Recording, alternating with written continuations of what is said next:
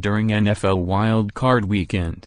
The 20 things we learned from Wild Card Weekend as the NFL playoffs began. 1. Media members who cover the NFL typically spend the last 2 months of the regular season mapping out ways teams can earn playoff home games. The question is why? The 2017 playoffs kicked off with home teams losing the first 2 contests, while the Jags and Saints were hardly impressive despite winning Sunday. 2. And can we stop talking about the mythical home field advantage the Chiefs purportedly enjoy at Arrowhead Stadium? They've now lost their last 6 playoff games there, typically in heartbreaking fashion. The next time Kansas City clinches a playoff spot, the starters should be shut down for as long as necessary to lock the team into a wild card spot, ensuring a fighting chance to win on the road. 3. The NFL's concussion protocol continues to be a fiasco.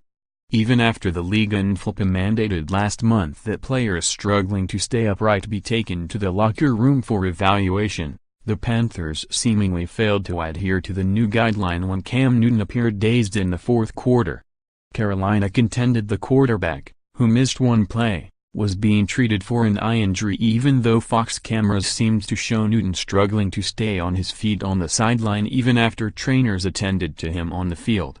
The league withheld comment amid discussions with the team's medical staff. 4. A disappointing offense has been the focal point of the 2017 Falcons. But their emergent defense might be the difference between this season's playoff run and last year's failure, when the D wore out in the face of the Patriots' ball-control Super Bowl blitzkrieg. Since then, Atlanta has added DT Dontari Poe and first-round OLB Takk McKinley to a talented, athletic bunch that mostly lacked depth and experience. And don't forget, the Adrian Claiborne and number 1 CB Desmond Trufant were honored during Super Bowl LE. In their last 6 games, the Falcons have limited some of the league's best offenses, Rams, Panthers, Saints twice, to an average of 16.3 points and 319.2 yards.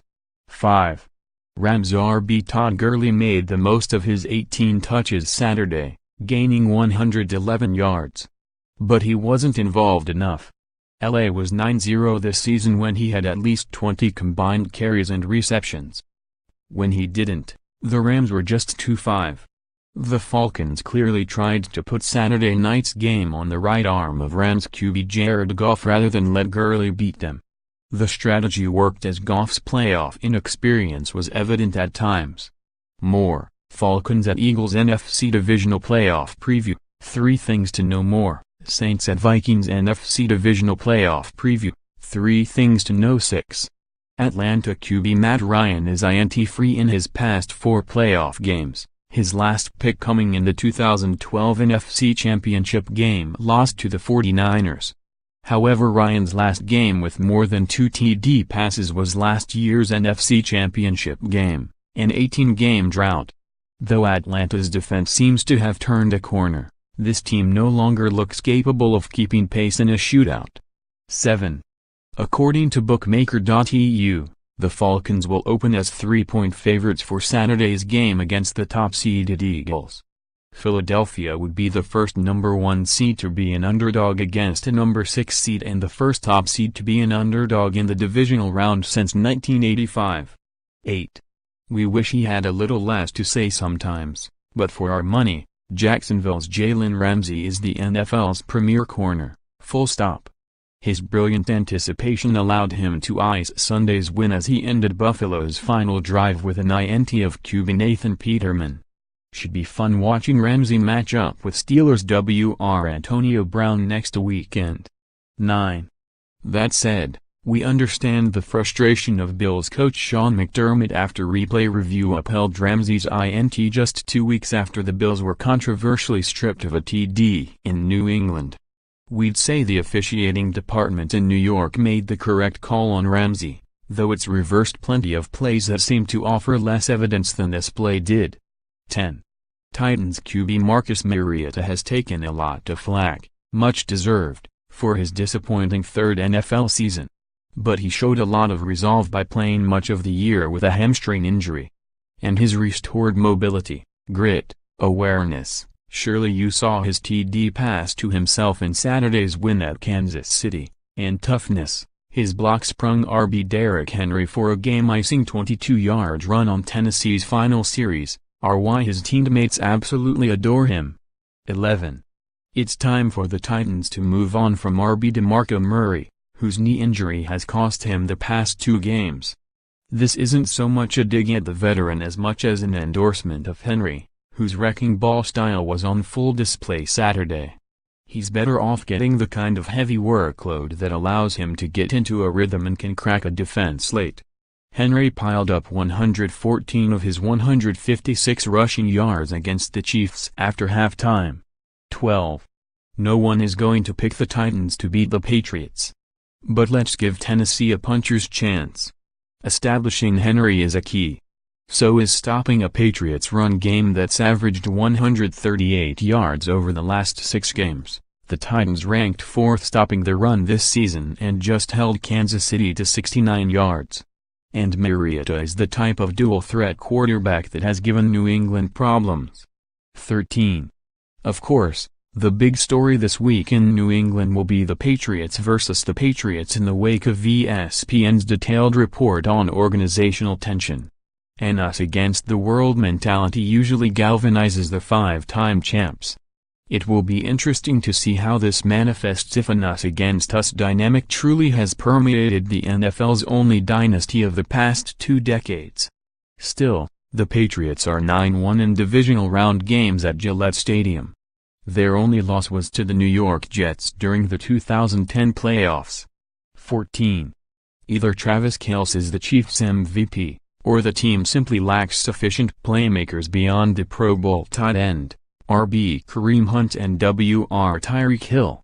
Kansas City was up 14-3 when Kelce, 4 catches, 66 yards, TD, left Saturday's game right before halftime and took a 21-3 edge 7 plays after he was concussed.